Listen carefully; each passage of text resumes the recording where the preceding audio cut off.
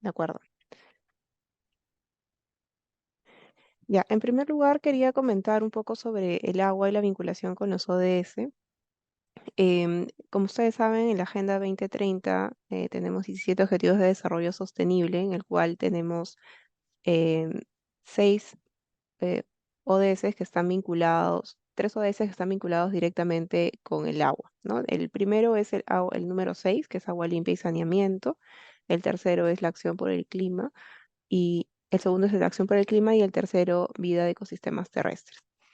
Estos 3 ODS, dentro de sus objetivos y metas, ¿no? Buscan que podamos garantizar la disponibilidad de agua para la población y para sus distintas actividades productivas.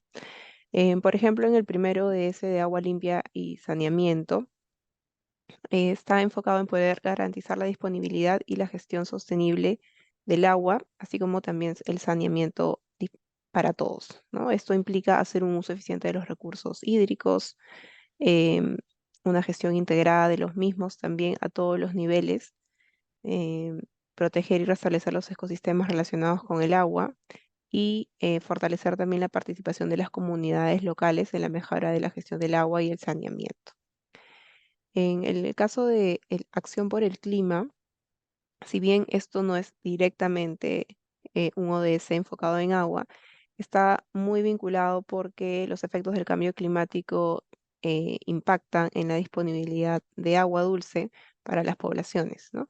Y es por ello que ante estos eventos adversos que también se van a suscitar por efectos del cambio climático, requerimos fortalecer la resiliencia y la capacidad de adaptación de las comunidades ante esta presencia de riesgos vinculados al clima y, por ejemplo, los desastres naturales que también se presentan, ¿no? Este año ustedes han visto los efectos del niño costero y, por ejemplo, el ciclón Yaku, ¿no? Que ha generado pues todo un momento de emergencia climática y que al generar pues una serie de implicancias en las poblaciones, ¿no? Estas se ven privadas del derecho a agua dulce, no solo para consumo, sino para cubrir sus distintas actividades productivas, ¿no?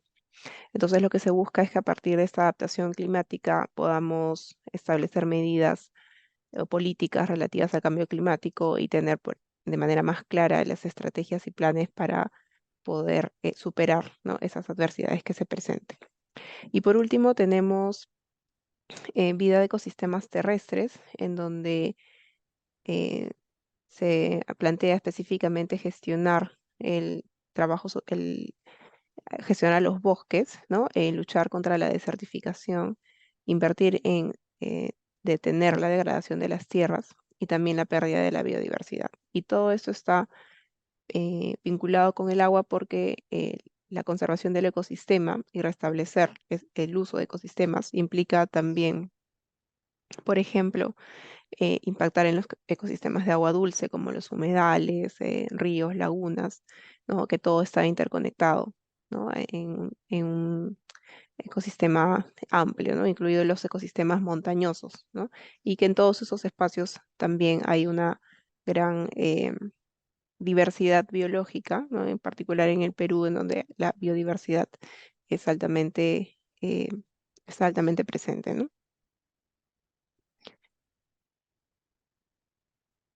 Bien, respecto al estado de avance de los ODS en América Latina, tenemos que la región está en off track para el logro de metas, el de las 6.6 que está vinculado al uso de agua específicamente, ¿no? Digamos que ahí sí estamos avanzando, pero hay un avance muy lento en el 6.1, 6.2 y 6.4, que es vinculado a la gestión del agua, de recurso hídrico y la cobertura de saneamiento en las localidades, ¿no? Em, el avance, em, por ejemplo, en el caso del 6, no tenemos que la tendencia es correcta, pero que el avance todavía está lento para alcanzar las metas que nos hemos establecido el 2030, ¿no? Entonces aquí hay que hacer una reflexión respecto a qué acciones está tomando el país para lograr cumplir estas metas con las cuales nos hemos comprometido, ¿no? Esto todos los años se va midiendo. em, con las autoridades u organizaciones pertinentes y se reportan también a través del sistema estadístico.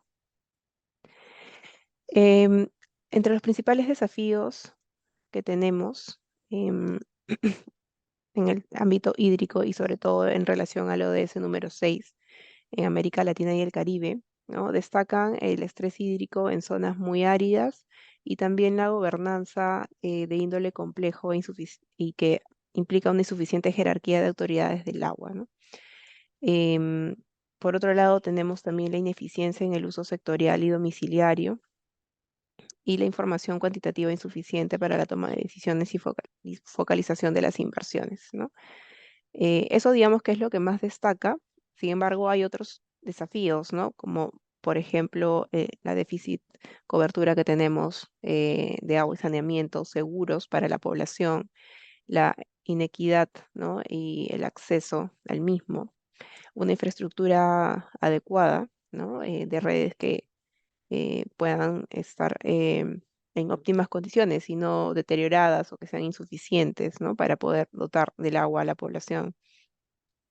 Tenemos también la creciente conflictividad, ¿no? Entre los distintos usuarios de agua. De hecho, si revisamos datos del portal de la Defensoría del Pueblo, vemos que me parece que más del 60% de los conflictos sociales reportados están vinculados al agua, ¿no? Al uso del agua en nuestro país. Así que ahí tenemos un foco muy, muy importante que atender. Por otro lado está también el impacto del cambio climático y los desastres, ¿no? En la disponibilidad de agua y la calidad de la misma, como les explicaba hace un momento el caso del ciclón. Em, Tenemos también los escenarios de contaminación de cursos y cuerpos de agua superficial y de los bordes costeros, ¿no? Esto en relación a los efluentes, a la, por ejemplo, falta de plantas de tratamiento de agua, ¿no? Hay una despreocupación, ¿no? Respecto a la calidad del agua que se vierte en nuestros ríos y que finalmente llega al mar. Y que no solo contamina el agua que posiblemente la población va a consumir, sino que también eso impacta en la biodiversidad presente en esos cuerpos de agua, ¿no? Porque a lo largo del recorrido arrastran esa contaminación afectando la vida marina o acuícola, ¿no? Que esté presente. Respecto al estrés hídrico y la disponibilidad de agua, em, la dotación de agua por persona es 4 veces mayor al promedio mundial y al mismo tiempo vemos que hay un alto estrés hídrico en las grandes ciudades y zonas de mayor actividad económica, ¿no? Como sabemos, también esto es parte de las implicancias de la migración de las zonas rurales a las zonas urbanas, ¿no? Concentrando a gran población en territorios específicos que hacen que haya una presión hídrica por acceso a agua, y que de aquí a unos años eso se va a seguir agravando porque la migración a las ciudades es un proceso que, que está difícilmente, que no se va a poder revertir, ¿no?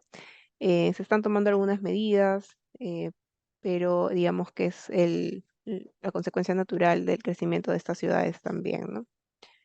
Asimismo, también como ven en el segundo gráfico, hay una presencia de estrés hídrico en las principales cuencas hidrográficas, ¿no? Como en el caso de Perú, en límite con Chile y Bolivia, eh, en otros países igual, ¿no? Como es el caso de Chile con Argentina, ¿no? Entonces ya se está evidenciando este estrés, ¿no? Por ejemplo, hace poco he estado de viaje y he visto muchas lagunas en las zonas de Huancavelica que se están secando, ¿no? Y que, claro, el, el ganado, por ejemplo, ya no tiene de dónde tomar agua, ¿no? Y eso tiene una correlación también con la población que tiene que ahora trasladarse a distancias mayores para poder, ¿no? Alimentar a sus animales. Y lo mismo para destinar este agua para su producción y ni qué decir para su propio consumo, ¿no? El agua y los sistemas alimentarios. En este caso es destacable mencionar, ¿no? La cumbre de los sistemas alimentarios, que se viene realizando la FAO desde hace un par de años y en esta última versión también se ha mencionado las acciones que se podrían implementar para tener una adecuada gestión del agua, porque finalmente el sistema alimentario, que es un sistema complejo en donde distintos actores y sectores confluyen, el agua está presente en cada uno de esos eslabones, ¿no? Y sin el agua finalmente no puede haber agricultura, las ciudades no se van a poder establecer ni desarrollar, ¿no? Y no solo desde el punto de vista productivo, sino que como ustedes saben, tiene un alto impacto también en el desarrollo eh, personal, ¿no? Y el desarrollo cognitivo en la alimentación misma, ¿no?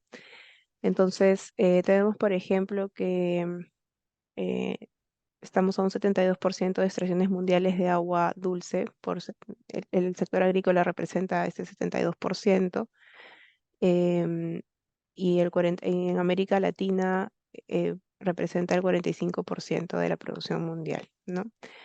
El agua dulce disponible en el mundo es solo el 30% y la agricultura absorbe daños y pérdidas por sequías del menos 80% también.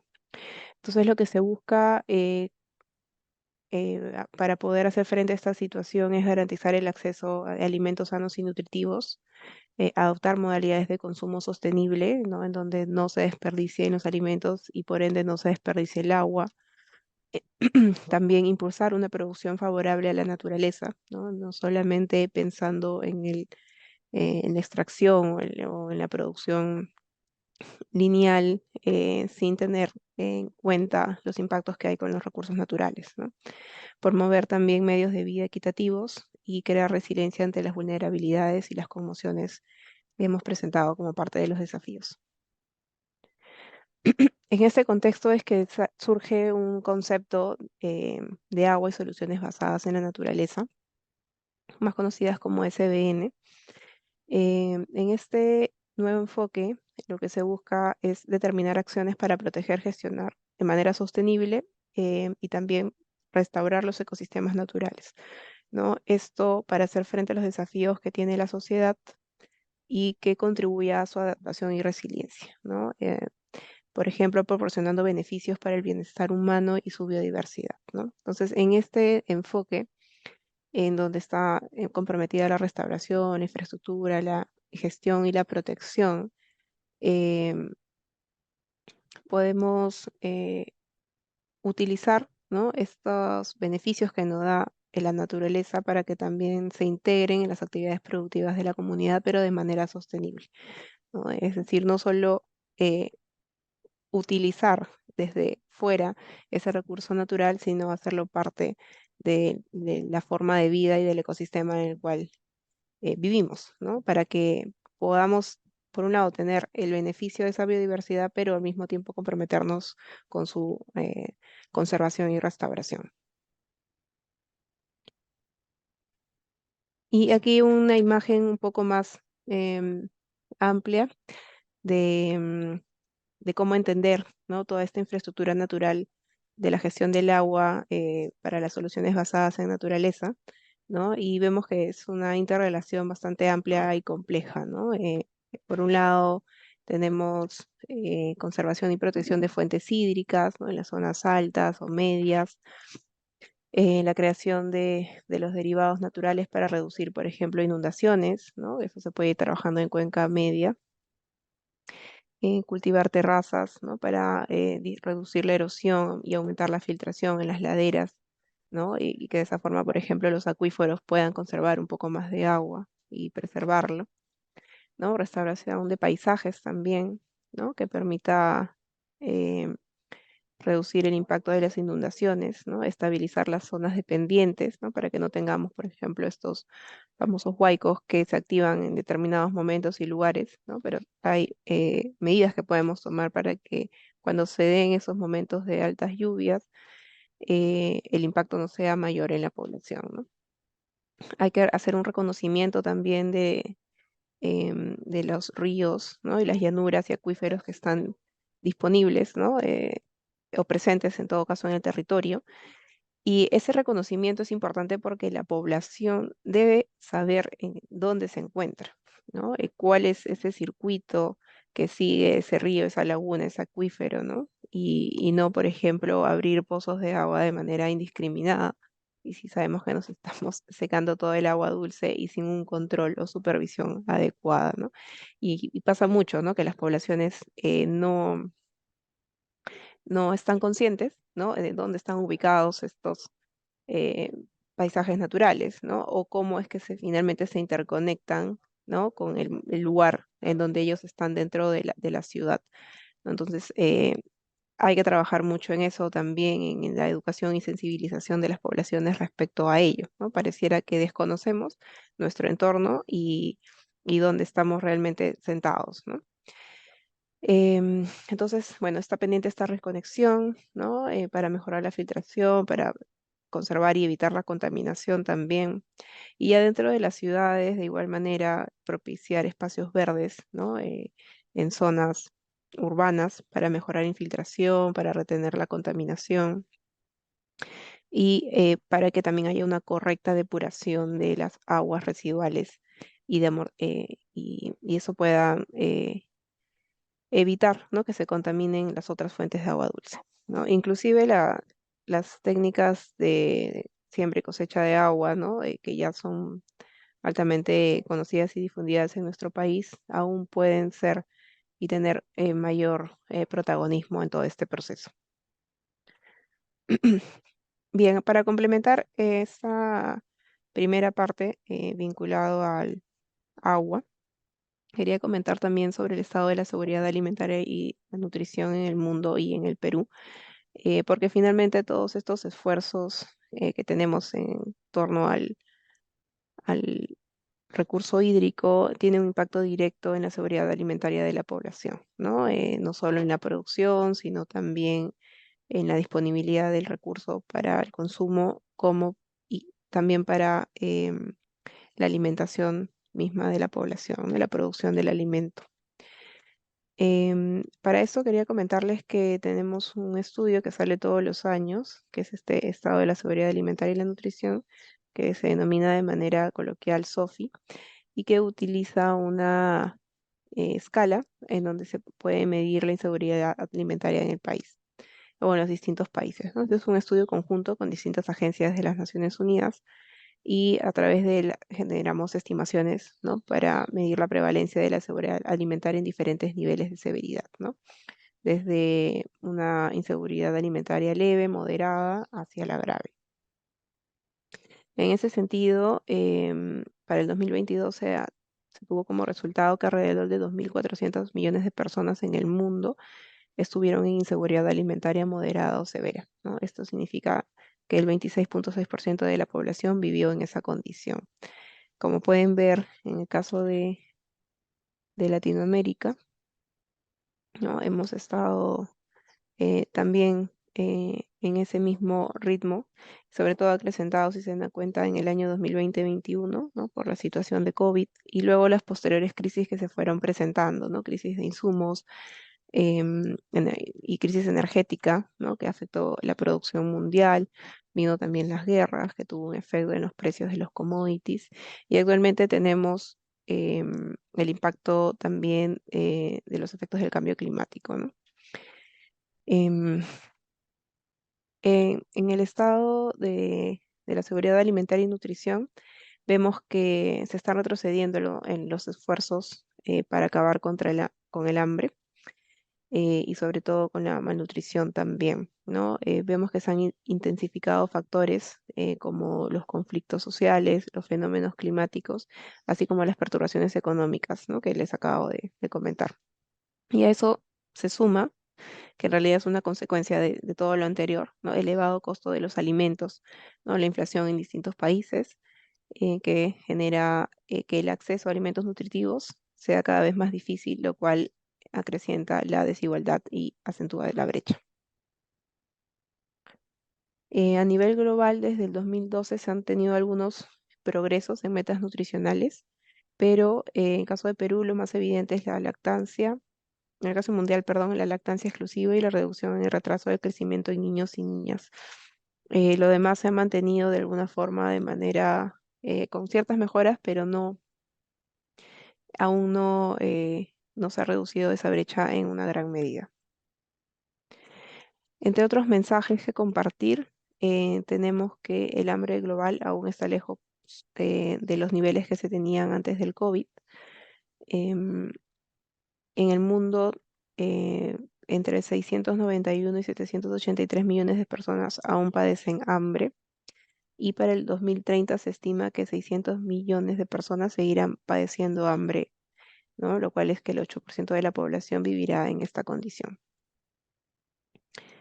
Em, el 42% de la población no puede acceder a una dieta saludable en el 2021, y 22% de los menores de 5 años padecen retraso en el crecimiento, ¿no? 6,8% de emaciación y 5,6% sobrepeso. Entonces tenemos esta doble carga, ¿no? Entre situación de desnutrición, anemia, hambre, pero por otro lado también sobrepeso y malnutrición, ¿no? O sea, no nos estamos alimentando, en cualquier caso, no nos alimentamos de una manera adecuada, ¿no? Y saludable. Es también importante destacar que este retraso en el crecimiento y la emaciación es mayor en zonas rurales, y que el sobrepeso se presenta sobre todo en las zonas urbanas.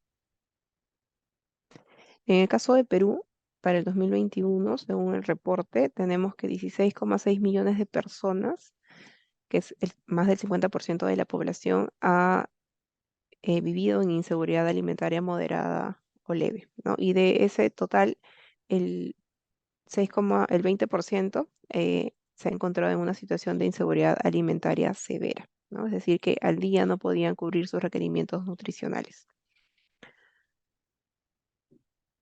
Em, Otros datos adicionales para el caso de Perú, que podemos destacar, ¿no? Es que, a ver, por ejemplo, 4,1 millones de adultos presentan obesidad en el país. 7,5% de los nacidos presentaron bajo peso al nacer. 2,4 millones de personas se encuentran en situación de desnutrición. Y algo no menor y me parece bastante particular y importante destacar es que 1,8 millones de mujeres, ¿no? Entre 15 y 49 años presentan anemia, ¿no? Em, entonces creo que todas estas cifras nos llaman a la reflexión, ¿no? De poder em, tomar medidas de política para poder enfrentar estas cifras, ¿no? Estos grandes desafíos que tiene el país para poder eh, proveer, poder generar bienestar a su población, en los distintos grupos étnicos y también grupos etarios, ¿no? En relación a lo anterior, comentarles que cuando se hizo la evaluación de estas dietas saludables, ¿no? Se estimó también el costo por día, ¿no? Y vemos que para Perú hay en promedio, ¿no? La dieta saludable cuesta $3,33 al día, ¿no? Lo cual es un valor alto si consideramos cuál es nuestro sueldo mínimo, ¿no? En el país, y que eso da cuenta que la población efectivamente no puede acceder a una dieta saludable de manera constante, ¿no? Y algo curioso, no menor, es que en el mundo, perdón, en Latinoamérica en general, el costo de esta dieta es también bastante alta, superior a la del mundo, ¿no? En promedio de Latinoamérica es $4,08 y en el mundo 3,66. O sea, algo está pasando en Latinoamérica, que las condiciones no se están dando para que la población acceda a alimentos más saludables. Ya para ir cerrando y poder también dar la mirada completa de esta presentación, es poder comentarles sobre el enfoque integral del sistema alimentario, ¿no? En el cual desde el inicio, bueno, hemos hablado de agua, de nutrición, pero si lo vemos de manera global y panorámica, em, no es solo un proceso de producción lineal, ¿no? Tampoco, bueno, en este caso no voy a hablar de economía circular, pero es un todo, ¿no? Es una interrelación de distintos actores y de distintos recursos, ¿no? Desde los recursos naturales, ¿no? Toda la biodiversidad, el recurso hídrico, los animales, los servicios ambientales, ¿no? A través de los bosques, y que a partir de ellos se generan, por ejemplo, servicios económicos y sociales, pero que en los cuales participa la población, las comunidades, no solo en proveer el producto, sino luego a las ciudades, por ejemplo, para llevarlo, que son finalmente los demandantes, ¿no? Y en ese proceso hay que determinar también que lo que se produce, lo que se hace, se haga de manera sostenible, ¿no? Que no haya un perjuicio o una alta explotación de estos recursos naturales, ¿no? Y que los productos que finalmente se van a destinar al hogar para el consumo también deberían, ¿no? Ser productos sanos, nutritivos e inocuos, y que permitan el pleno desarrollo y el bienestar de las personas, ¿no? Y como parte de todo ese proceso, en donde están los productores, los consumidores, el sector privado, los investigadores, el Estado, cumple un rol también muy importante porque necesitamos regulaciones, ¿no? En temas sanitarios, de inocuidad, de mercado, em, políticas para fomentar determinados eh, enfoques, ¿no? Como es ahora el de la sostenibilidad, ¿no? Que queremos para nuestras actividades productivas. Y todo eso em, se debería trabajar de manera integrada, en conjunto, ¿no? En colaboración con los distintos actores y aunando esfuerzos e intereses, ¿no? Porque finalmente cada actor tiene un objetivo, tiene un interés particular, pero si nos vemos como sociedad y comunidad, todos deberíamos pues confluir hacia buscar el bienestar de la población, ¿no? En ese sentido, en los sistemas alimentarios tenemos, de manera resumida, como pueden ver en el gráfico, entornos alimentarios, ¿no? Y también cadenas de suministro de alimentos. Los entornos alimentarios están dados por la calidad e inocuidad de los alimentos, la promoción, la publicidad e información que se pueda dar de los mismos, el acceso económico y asequibilidad a, a estos productos y la disponibilidad y acceso físico, ¿no? Es decir, qué tan próximo a mí está ese alimento, eh, también lo va a determinar, ¿no? Y por otro lado, desde el punto de vista de las cadenas de suministro, tenemos la producción, el almacenamiento, la elaboración, el envasado y la venta al por menor y la comercialización, ¿no? Todo esto se vincula y se interrelaciona también con el comportamiento que va a tener el consumidor. Nosotros, como consumidores finales, tenemos un rol crucial porque finalmente determinamos la demanda, pero no solo una demanda en volumen, sino qué tipo de demanda, qué calidad, ¿no? De productos requerimos para nuestro consumo, ¿no? Entonces ahí también confluyen em, los gustos personales, el entorno cultural, las preferencias, ¿no? Em, por ejemplo, ahora hay muchas nuevas tendencias enfocadas a demandar alimentos más limpios, más saludables, más nutritivos, pero eso, si bien es una tendencia, aún no es el 100% de lo que pueda demandar la población. Entonces, ¿por qué no seguir demandando y exigiendo eso, ¿no? O sea, ¿cuál es nuestro rol y responsabilidad para que haya una producción, pero también un consumo responsable, ¿no? Entonces, a través de estas normas sociales, valores, tradiciones, podemos propiciar y construir que este entorno alimentario sea cada vez más cercano y accesible para todos. Quería destacar ya para ir cerrando también el rol de los ecosistemas, ¿no? Y preguntarnos en qué medida este sistema alimentario puede llevar a la sobreexplotación de sistemas naturales críticos, ¿no? Y amenazar, por ejemplo, zonas de alta vulnerabilidad ambiental. Y lo traigo a colación porque justamente queremos vincular todo esto también con el agua. Entonces, hay una sobreexplotación de agua dulce. Esas fuentes de agua están siendo o se están agotando o están siendo contaminadas y no se pueden utilizar en su plenitud para toda la población o las actividades extractivas, ¿no? Y si y vemos un poco más allá, tenemos los impactos ambientales de las otras actividades que están alrededor y que tienen un impacto también el uso del agua, ¿no? O sea, la degradación, por ejemplo, en la calidad del medio marino, de los suelos, en la deforestación, ¿no? Todo eso puede acentuar brechas en el territorio, sobre todo en las zonas de selva, sierra, y por qué no también en la costa donde se concentran las urbes, ¿no? Tenemos por otro lado el impacto que hay también en los pueblos indígenas originarios, en las comunidades, ¿no? Y cómo esto confluye dentro de la gobernanza de ese territorio, de ese bosque. Y además, agravándose también la inseguridad alimentaria, no de la población en general, sino también de aquellos que son responsables de la conservación del agua y de la producción de alimentos, ¿no? Entonces hay un doble efecto ahí presente, ¿no? Respecto a quién es em, víctima de esta inseguridad alimentaria, ¿no? Y finalmente también el impacto que hay en la pérdida de la biodiversidad, ¿no? Que es una pérdida en realidad global porque el planeta, digamos, eh, pierde esa biodiversidad y se afectan sobre todo las comunidades andinas, selváticas, pesqueras, ¿no? Que viven y trabajan con esos recursos de manera constante.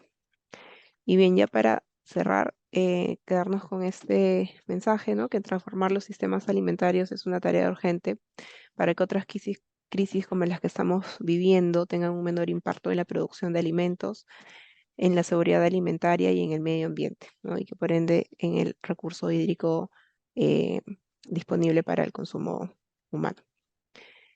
Bien, eso sería todo por mi parte. Muchísimas gracias.